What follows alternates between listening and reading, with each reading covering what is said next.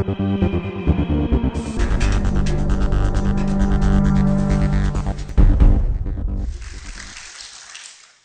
right, thanks, Sean, and a big thank you to each of you all for attending today. This is an important issue. It's affecting the airline pilots. It's affecting the traveling public, and we need to address that in a aggressive fashion. With that, I'm delighted that one of our strongest allies in addressing the laser threat is with us this morning. Congressman Dan Lungren represents the Sacramento Valley and for many years has been the most vocal advocate in the U.S. Congress for more appropriate federal response to intentional laser illuminations of aircraft. Congressman Lungren has pursued legislation to criminalize the intentional misuse of lasers for several sessions of Congress. We're pleased that as one of its first acts of business this year, the U.S. House of Representatives passed the Lungren bill, H.R. 386. This bill makes it a specific federal offense to knowingly shine a laser at an airliner or other aircraft. We look forward to the day when this bill becomes law, and we reiterate that we are here to help and make sure that happens as soon as possible. With seats on both the Homeland Security Committee and the Judiciary Committee, Congressman Lungren is in a unique position to champion legislation to protect aviation and national security. Without further ado, it's my pleasure to present Congressman Dan Lungren. Congressman.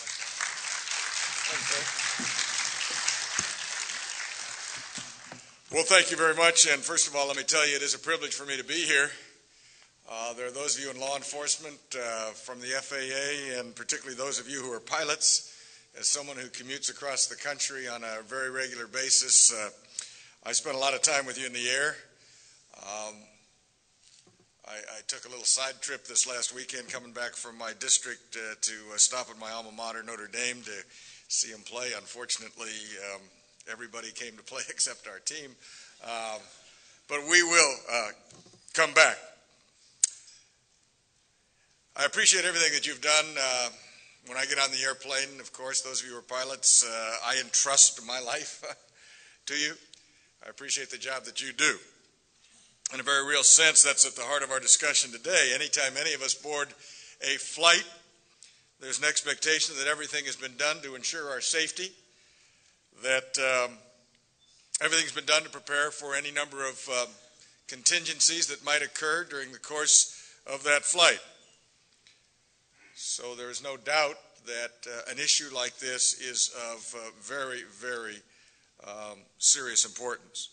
And it's in this context that the issue of laser pointers must be considered. I was first made aware of this issue because of the appropriate concern expressed by the Airline Pilots Association. And then I was startled to see an incident report compiled by the FAA which reflected the growing number of incidents, as referred to just a moment ago, where laser pointers have been directed at the cockpits of commercial and even private aircraft. To give credit where credit is due, I must say that former Congressman Rick Keller of Florida had done the work on this issue and introduced the legislation to respond to this threat before anybody else did. Unfortunately, he's no longer in the House, and it was apparent that someone was needed to pick up the slack on this if we're going to have any success in addressing this issue. The Judiciary Committee, as was mentioned, has jurisdiction over criminal offenses and related penalties, and so I was more than happy to continue the work that Rick had begun, and something which was so important to all of us, but to me personally. I might also add that the number of incidents that were related to the Sacramento region by the Air Traffic Controller Center there was certainly something which caught my attention. I was to learn that the problem of lasers being shown in cockpits or directed at cockpits was so prevalent in the Sacramento area that the FBI, FAA, and Federal Air Marshal Service joined with state and local law enforcement to establish a laser strike working group. It's my understanding that other such groups or similar groups have been established across the country. Look, the idea of shining a laser at the cockpit of an aircraft is something which any normal or thinking person would have some difficulty comprehending. I mean, let's face it, the level of idiocy and wanton disregard for the safety of the flight crew and the flying public should be met with sanctions on the level of the risk posed to those on the plane and potentially those on the ground. It's hard to believe that it was in 2005 that the House of Representatives first passed a laser bill. At that time, this was seen as an emerging threat, with 400 reported incidents over the previous 15 years. And as was mentioned, unfortunately, our concerns were proven to be legitimate when you look at what has occurred since that time. 2009, almost 1,000 episodes reported.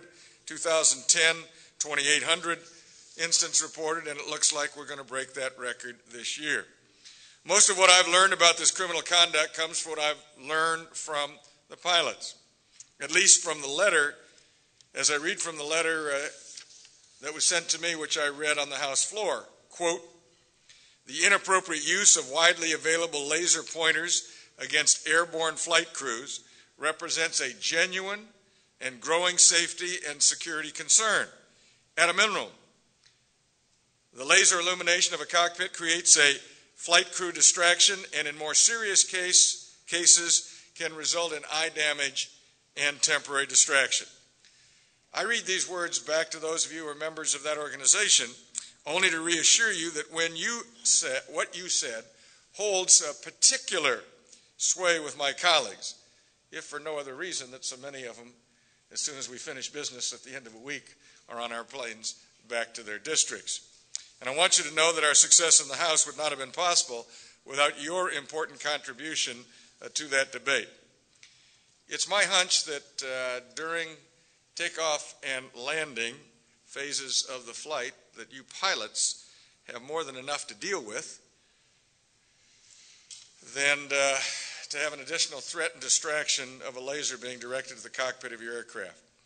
Even to those who don't fly, that would seem to be absolutely obvious. Since our Judiciary Committee began examining this issue, we've been informed of the distractions which have forced pilots to take emergency evasive maneuvers, ranging from the perceived mid-air collisions resulting from a mistaken belief that the aircraft was about to strike the warning light on a tower, or that the laser beam was actually the lights of an approaching aircraft. That's frightening to someone who's not a pilot. These are circumstances with which you certainly, as pilots, have more familiarity than I do, and I certainly welcome your continued input concerning the types of challenges posed by this threat to the safety of the flying public. Ironically, as we seek more effective means to prosecute these cases, we're hearing from law enforcement itself concerning the danger posed by laser attacks to their own personnel. We've learned that law enforcement pilots are being targeted with increasing frequency by laser pointers. As you can imagine, this poses an enormous sense of urgency in that they have to consider the possibility that they're being illuminated by laser scopes attached to weapons. Law enforcement pilots have on occasion been required to discontinue a response to a crime in progress due to the fact that they're being hit by a laser. It's worth mentioning that the use of lasers against aircraft have arisen in the context of European aviation as well. And a growing number of laser cases have arisen, and the European Union is considering the adoption of criminal penalties for the malicious use of lasers against aircraft and the air traffic controllers. It is on the basis of these threatening circumstances that a reasonable person would think that these cases should be a slam dunk for federal prosecutors. And there have been some successful prosecutions. However, some prosecutors have been forced to decide that they must decline these cases under the current law, believing that the statute under which they would operate, that is the destruction of aircraft statute, does not fit the facts of their particular laser case. Now, some states have statutes which have successfully been used to address this problem but many of our states do not. It's for this reason that I introduced H.R. 386 to specifically address the act of shining a laser pointer into an aircraft cockpit or its flight path. We will impose a fine or prison term of up to 5 years if convicted. Our bill would exempt individuals conducting research by an aircraft manufacturer, the FAA, the Departments of Defense and Homeland Security.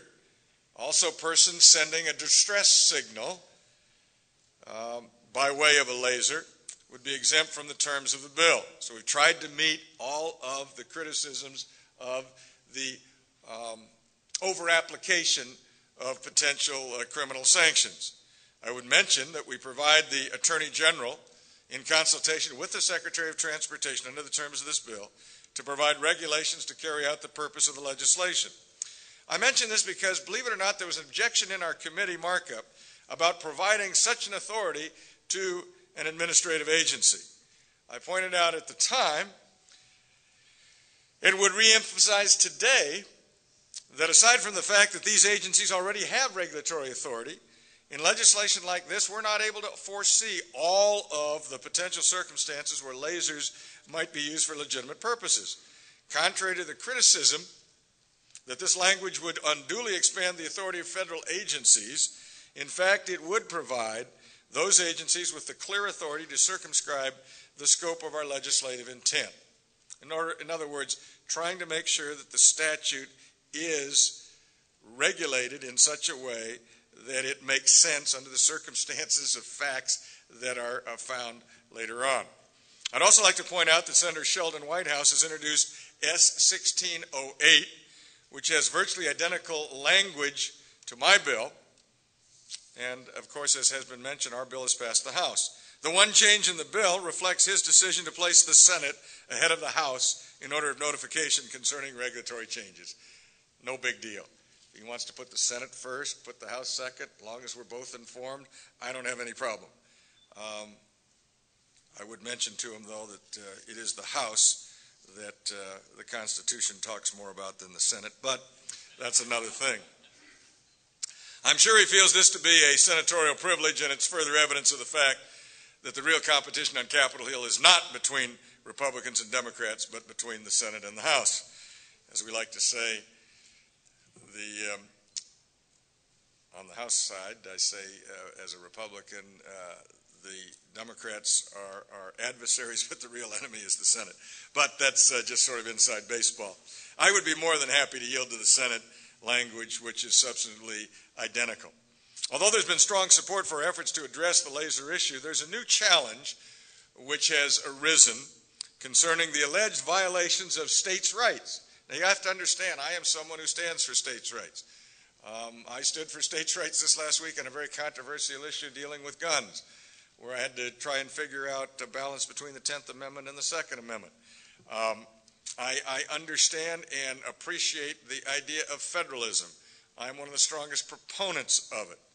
But let me say, as someone who served my state as its Attorney General, I take a backseat to no one on the issue of federalism and the enforcement of the criminal law. With all due respect to my federal colleagues, prosecutors, some of whom are here, sometimes locals do know best, and sometimes we've got more information. But there is a realm of the law called the federal law. And to be charitable, such an argument here about this being states' rights is absurd. On the basis of the seminal case law on this issue, called U.S. versus Lopez, and not just one, but all three tests presented by that case are met. In other words, there's a three-step test with respect to whether or not something is in interstate commerce and therefore has the need or has the authority for the federal government to act. The flight paths on which commercial airliners transport their passengers are clearly channels of commerce. That alone justifies congressional legislation. Furthermore, airplanes themselves are instrumentalities of commerce, the second possibility that allows you to pass law that is of a federal nature. Last I noticed, your aircraft moved people back and forth across the country in interstate commerce. When I fly from Washington, D.C. to Sacramento or across the United States on my return trip, we are traveling across state lines. Pretty simple, as far as I can tell. When JetBlue used to have a direct flight to Sacramento, I could even follow the computer-generated image of our airplane and watch it move from state to state. I guess you could bring that into court to prove that there is a federal nexus here. And even aside from the fact that air travel involves both channels and instrumentalities of commerce, even if you took the most narrow view of congressional authority, there's simply no way that anyone could deny that air travel, even within the parameters of an individual state, anyone could deny that it has a quote-unquote substantial effect on interstate commerce. Those are the three tests. We meet every one of those tests. It is with all due respect to my colleagues who brought this issue up and might bring this issue up again, it is absurd. Furthermore, because we're talking about what is clearly a commercial activity, all such flights throughout the country can be, as we analyze it in court decisions, aggregated to determine their impact on interstate commerce. Does anybody believe the aggregation of all the flights in the United States put together does not have an impact on interstate commerce and is not, in fact, interstate commerce? Simply put, those who've raised this criticism in response to our laser bill are simply out of touch with what the U.S. Supreme Court has said on the issue, even in a case where the court narrowed the application of the Commerce Clause as a basis for federal legislation. What I mean by that is the Lopez case was the first case in about five decades in which the federal government was finally determined to have overreached in terms of the federal nexus under interstate commerce. Look, that dog just doesn't hunt, and frankly, if anybody brings that up, I just say with all due respect, go read the cases. Although I don't think that raising this argument will be able to gain traction in this argument, I just mention it to you in case some of you are hit by that, by some people on either the House or the Senate side, and I would more be concerned with you talking with people on the Senate side, since that's where we need some action. The present state of play with respect to the laser bill is one of those good news, bad news scenarios which so often characterizes this legislative process. The good news is that virtually identical language has passed both the House and the Senate. The House adopted my bill, H.R. 386, back on February 28th, and the Senate adopted virtually identical language in Section 733 of the FAA bill. The bad news, if it can be considered that, is that the FAA bill is caught up in the House-Senate conference dispute, which has absolutely nothing to do with this issue. As someone who tries to see things as a glass half full rather than glass half empty, it is reassuring to know that the language which has passed both houses and an independent piece of legislation offered by Senator Whitehouse is available if necessary. So obviously any pressure or any enlightenment that you can bring to the Senate would be appreciated. It has passed the House several times, both under my authorship and that of Congressman Keller. It's been thoroughly vetted. With a little help from the Senate, we will succeed. The one thing I can assure you is that all of us who've worked on this issue remain committed to do everything we can in our power to see this thing through until we're successful. We're on the 10-yard line. We got to get the ball across the goal line. We need a little bit of help. I'm glad you're here. You can give us that help. Don't get involved in the intricacies of why it hadn't gotten to the president's desk. Just tell them how important it is to get it to the president's desk. And if you have to, remind them that this involves not only your safety and the safety of others, but the safety of those who are required to vote on this legislation. God bless you, and thank you very, very much.